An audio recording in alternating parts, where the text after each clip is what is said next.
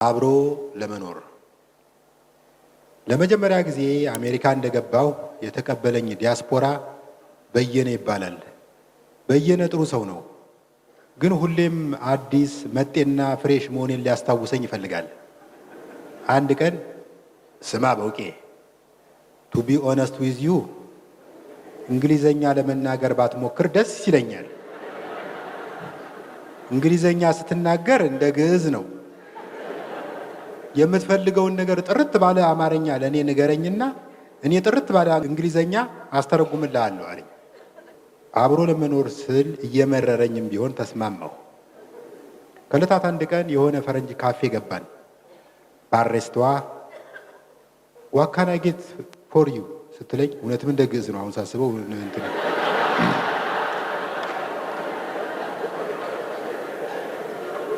ዋካና ጌት ዩ ስትለኝ በየነ ወደ እኔ ዞሮ ምን ትፈልጋለህ እያለች ነው።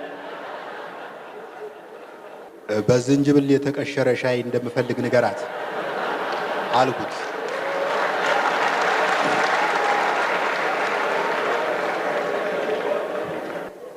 በየነ ወዲያው ወደ ባሬስቷ ዞሮ ካን ዊ ጌት ዋን የዝንጅብል ሻይ ነው ያልከኝ አይደል? አዎ አልኩት። እኔ የምልህ ለምን ሌላ የረባ ነገር አታዝ?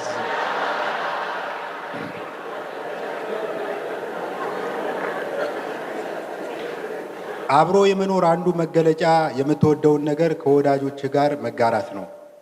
አንድ ቀን ኤርሚያስ አመልጋ የተባለ ስመጥር ሰው የሰጠውን ቃለ መጠይቅ አይቼ ስጨርስ ለበየነ ደወልኩለት። ኤርሚያስ አመልጋን ታውቀዋለህ? የማውቀው መሰለኝ አለኝ። በየነ አላውቀውም ማለት አይወድም። ስማ፣ ሰውየው የሚገርም ላይፍ ስታይል ነው ያለው።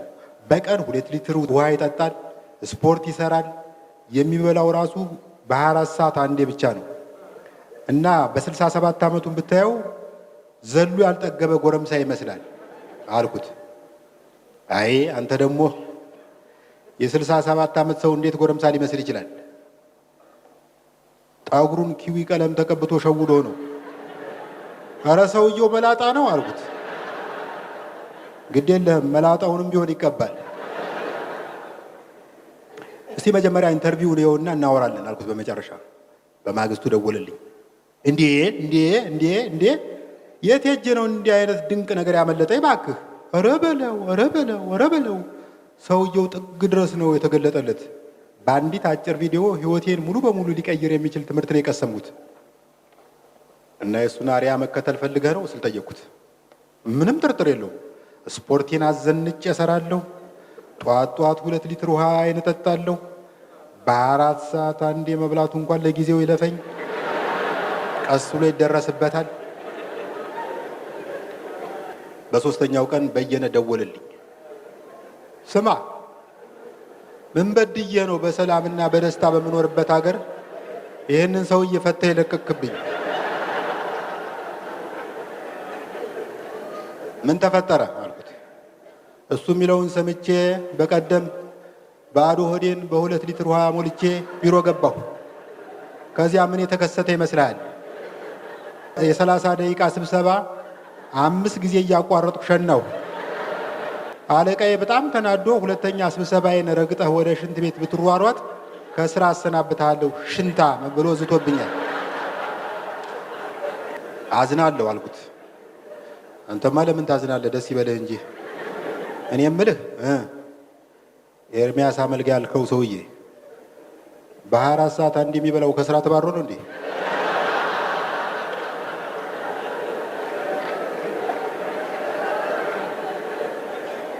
ረጅም ጊዜ መጾም እድሜን እንደሚያስረዝም ላስረዳው ሞከሩ። እስቲ በእናትህ ዝም በል ብሎ አቋረጠኝ። ከምርምር ላይ ተነስቼ ነው የማናግርህ አልኩት። እኔ ደግሞ ከልምዴ ተነስቼ ልንገርህ። ይኸውልህ የኔ አባት ውዳዴን፣ ገናን፣ ፍልሰታን፣ ነነዌን ይጾም ነበር። ይሄ ሁሉ ጾም ስለማይበቃው በወዳጅነት ተሰልፎ የሙስሊሞችን ጾም ሁሉ ይጾም ነበር።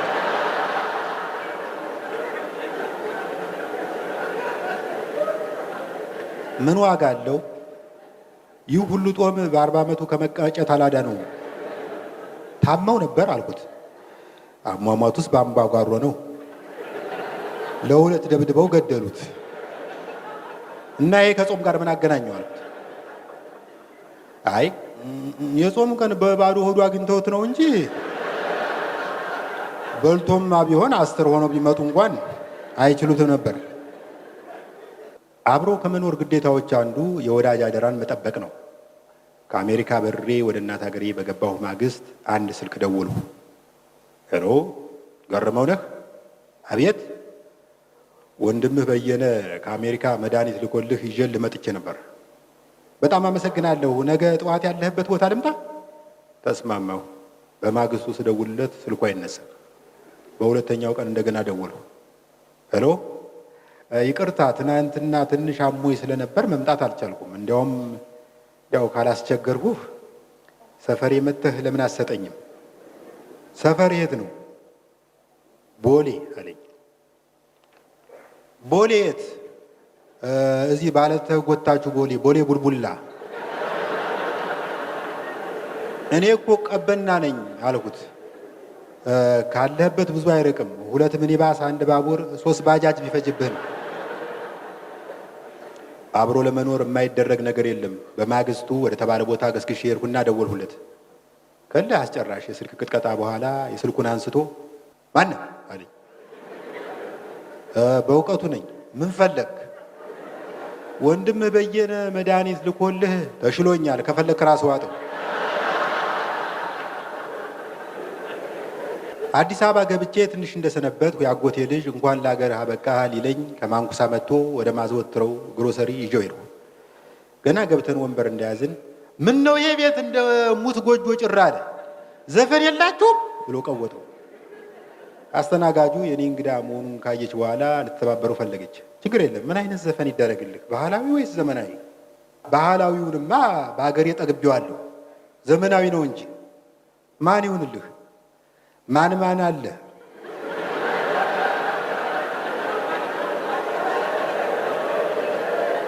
ቤቲጂ፣ ሮፍናን፣ ዮሐና፣ ካስማሰ። የአጎቴ ልጅ ትንሽ ሲያመነታ ከቆየ በኋላ ሞላ ሰጥ አድርጌላችሁም።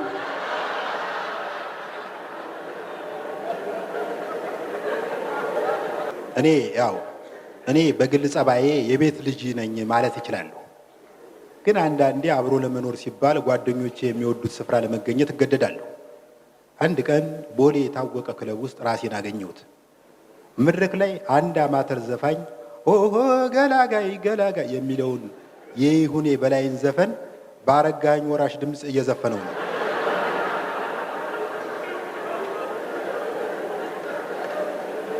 አራት ተመሳሳይ ልብስ የለበሱ ተወዛዋዦች ከብልጭልጭ ወረቀት የተሰራ ጎራዴ አንግበው በጭፈራ ያጅቡታል። ድንገት ከታዳሚው መካከል የሆነ ሰውዬ ወጥቶ እስክስታውን ማስነካት ጀመረ። ልብ ብዬ ሳየው የተወዛዋዦች አሰልጣኝ መሰለኝ። ልጆች እንደሱ አይደለም፣ እንዲህ ነው፣ እንዲህ ነው የሚደረገው የሚል ይመስላል። ንሽጥ አድርጎኝ ብድግ አልኩና ከቦርሳዬ ውስጥ 50 ብር ምሽልቅ አድርጌ አውጥቼ ግንባሩ ላይ ገደገድሁለት። ከዚያ ወደ ወንበሬ ስመለስ ጓደኛዬ አሁን የሸለምከው ሰውዬ ማን እንደሆነ ታውቃለህ? ማን ነው? ወርቁ አይተነው ይባላል።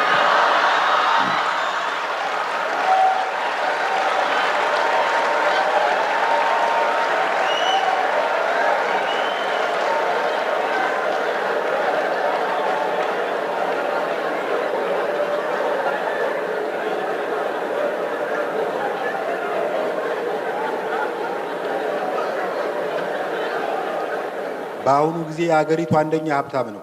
ተው እባክህ። እውነት እንደ ፎርድ መጽሔት ዘገባ ከሆነ የሀብቱ መጠን 2 ቢሊዮን ብር ይደርሳል አለኝ። አሁን ወደ 2 ቢሊዮን ነጥብ 50 ከፍ አደረኩለት ማለት ነው።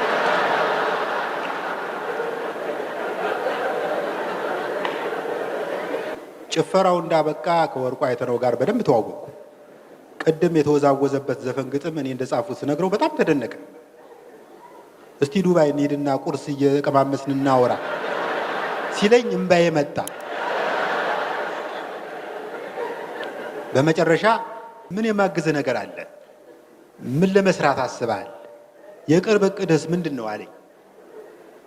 እኔ እንኳን የቅርብ እቅዴ በቅርቡ ካቋቋምከው የዘይት ፋብሪካ ብዙ ሳይርቅ ባለ 5 ኮከብ ፓስቲ ቤት መክፈት ነው። ከአብሮ መኖር ዘይቤዎች ሁሉ በጣም ፈታኙ ትዳር ይመስለኛል። በትዳር ውስጥ ብዙ ሰው የማያስተውላቸው መስዋዕትነት የማይመስሉ ጥቃቅን መስዋዕትነቶች ሞልተዋል። አንድ ቀን ከባለቤቴ ጋር አወላልቀን ስናወራ ፍቅር አለችኝ። ፍቅር ሁልጊዜ አልጋ ላይ አይሰለችህም? ሁሌ አልጋ ላይ እንደ በሽተኛ ይሰለቻል። እንዴት እንድናደርግ ፈልገሽ ነው? እኔ ጠረጴዛው ላይ ደገፍ እላለሁ፣ አንተ ወንበር ላይ ትወጣለህ። የቀረውን ለእኔ ተውልኝ።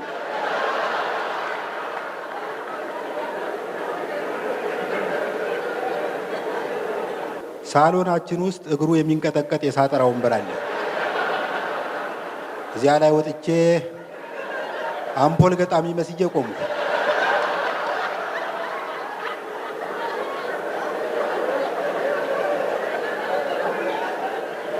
ከአንድ ደቂቃ ምናምን ሰከንድ በኋላ እሷ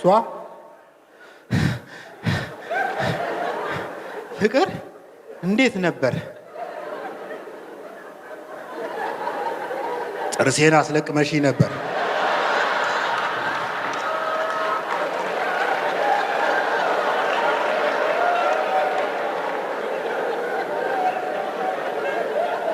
በትዳር ውስጥ ሳይጋጩ አብሮ ለመኖር ከባድ ነው። ባልና ሚስት በግልጽ ከተነጋገሩ የማይፈታ ችግር የለም ሲባል እሰማለሁ። አይመስለኝም። የምታስበውን ሁሉ በግልጽ ከተናገርክ ትዳሩ በግልጽ መፍረሱ አይቀርም።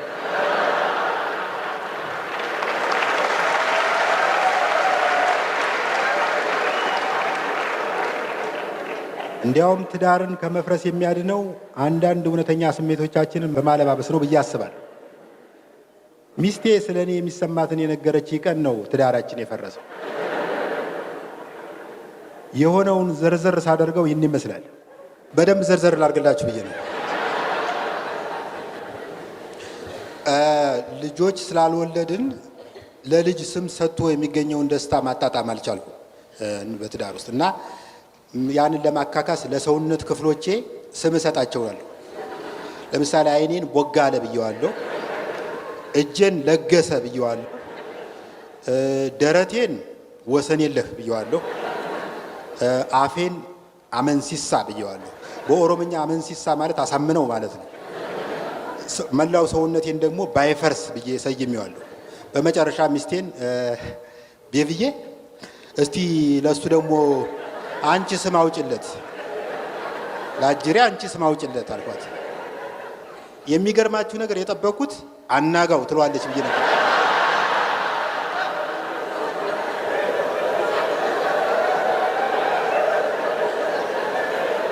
ይሄ እንኳን ቢቀር ሀጎሴ ምናምን ትለዋለች ብዬ አስቤ ነበር።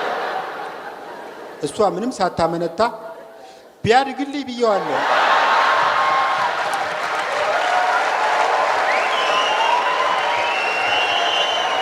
ማህሌተ ገንቦ ግጥም። በአጭር ቀረን ስንል እድሜ ላበደሩን፣ ቀርጸው ላሳመሩን፣ ለኩሰው ላበሩን ቺርስ። ፊታችንን አይተው እንደተቸገርነ ከዓይናችን ላወቁ፣ ስለ ማርያም ብለን እስክንለምናቸው ቆመው ላልጠበቁ ቺርስ። ወድቀው ለማይጥሉ ነግሰው ለሚያነግሱ፣ ነውራችንን አይተው ልክ እንደ ድመት ኩስ ለሚያለባብሱ፣ ብድር አበድረው ፈጥነው ለሚረሱ ቺርስ። ላባ ላረጉልን የመከራ ሸክሙን፣ ቀልደው ላሳቁን ተጫውተው ላከሙን፣ በቸከ ዘመን ላይ ስጋ ለበስ ትንግርት ሆነው ላስደመሙን ቺርስ።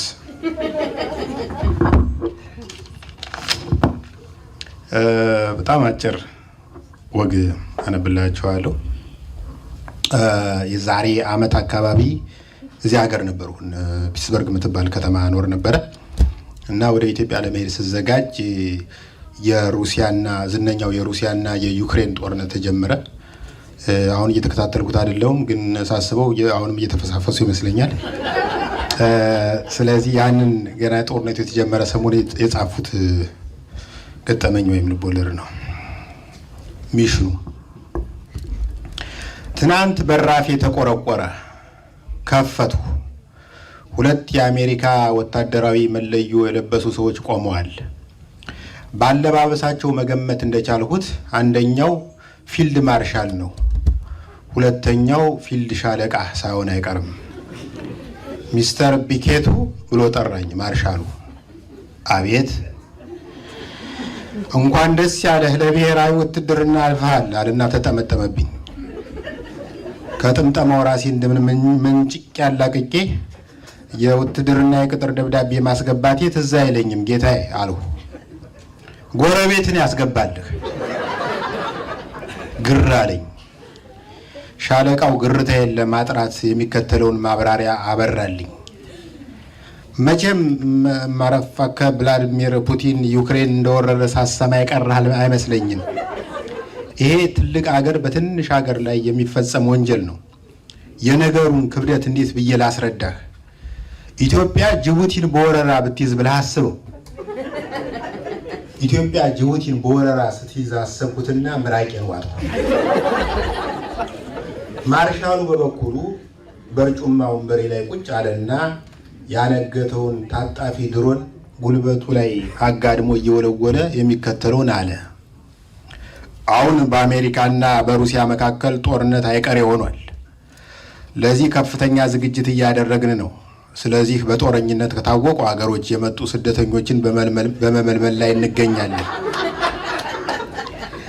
አንተም አብደል ናስር የተባለው ግብፃዊ ጎረቤትህ ባደረገው ጥቆማ ተመርጠሃል። ደስ ይለኝ ነበር፣ ግን በቅርቡ ወደ ሀገሬ ልመለስ ወስኛለሁ። ምን አጣደፈ? ትንሽ ተዋግተህ ትመለሳለህ አለኝ ማርሻሉ። ብዋጋ የማገኘው ጥቅም ምንድን ነው? ማር አልኩት። ማር ስል ማርሻሉን ማቆላመጤ ነው። ተጠቂዎችን መታደግ በታሪክ ያስከብራል። በጦርነቱ ከተሰዋህ 3 ቦታ ሐውልት ይቆምልሃል። ዩክሬን፣ አዲስ አበባና ዲሲ ላይ። ከቆሰርክ ደግሞ የቴስላ ካምፓኒ የሚያመርተው ዘመናዊ የኤሌክትሪክ ዊልቸር ከወገብህ በታች ይገጠምልሃል። ተቀበለ ሻለቃው። አመነታሁ። ላስብበት አልሁና ሽንት ቤት ገባሁ። ከሽንት ቤት ስመለስ ወኔ የተቀሰቀሰ ማመንታቴን ከሽንቴ ጋር ደርቤ የሸናሁት መሰለኝ። በእውነቱ ለእኔ ትልቅ ክብር ነው። አንድ በቮድካ የነሆለለ ወራሪ ሩሲያዊ ጥዬ በወድቅ ለእኔም ለአገሬም ለመላው ሰው ልጅም ክብር ነው። ዛትስ ማይ ቦይ አለኝ ማርሻሉ በደስታ ፈንት። በምን ዘርፍ እንደምዘምት ብታስረዱኝ። አየር ወለድነት ይመቻል አለ ሻለቃው። ከልብ ወለድ ወደ አየር ወለድ ትንሽ አይከብድም? ቀለል ያለ ነገር ፈልጉልኝ እንጂ። ብረት ለበስ ላይ እንዴት ነህ? በልኬ የተሰፋ ብረት ከተሰጠኝ አሳምሬ ለብሳለሁ። ሻለቃው ትንሽ ካሰላሰለ በኋላ በመድፈኝነት ዘርፍ ትመደባለህ፣ መድፈኛው ሲተኩስ አንተ ጥይት ታቀብላለህ በማለት ወሰነ። የመድፍ ጥይቱ ራሱ ከሱ ቁመት ይበልጣል፣ ሊሆን አይችልም አለ ማርሻሉ። ሁለቱ መኮንኖች ትንሽ ተቀጨቃጨቁ። የደሞዙ ነገር እንዴት ነው በማለት አቋርጥኳቸው። በወር $10,000 ከነ ጥቅማ ጥቅሙ። በቃ ጥቅማ ጥቅሙን ብቻ ስጡኝና ዩክሬንና ሩሲያን ላደራድራቸው። በጣም ተናደው በሩን ከፍተው መውጣት ጀመሩ። በር ላይ ቆሜ ቤተሰብ ማስተዳደር ሰው ነኝ፣ ብዙ ሪስክ የሌለው ሚሽን ስጡኝና ልወጣው ብዬ ጮሁ። በራፌ ላይ ያቆሙትን ታንክ አስነስተው ከመሄዳቸው በፊት የሚከተለውን ብያለሁ። ዲሲ የሚገኘውን የሩሲያ ኤምባሲ ላይ ድንጋይ የሚወረውር ሰው ከፈለጋችሁ ደውሉልኝ። በጣም አመሰግናለሁ።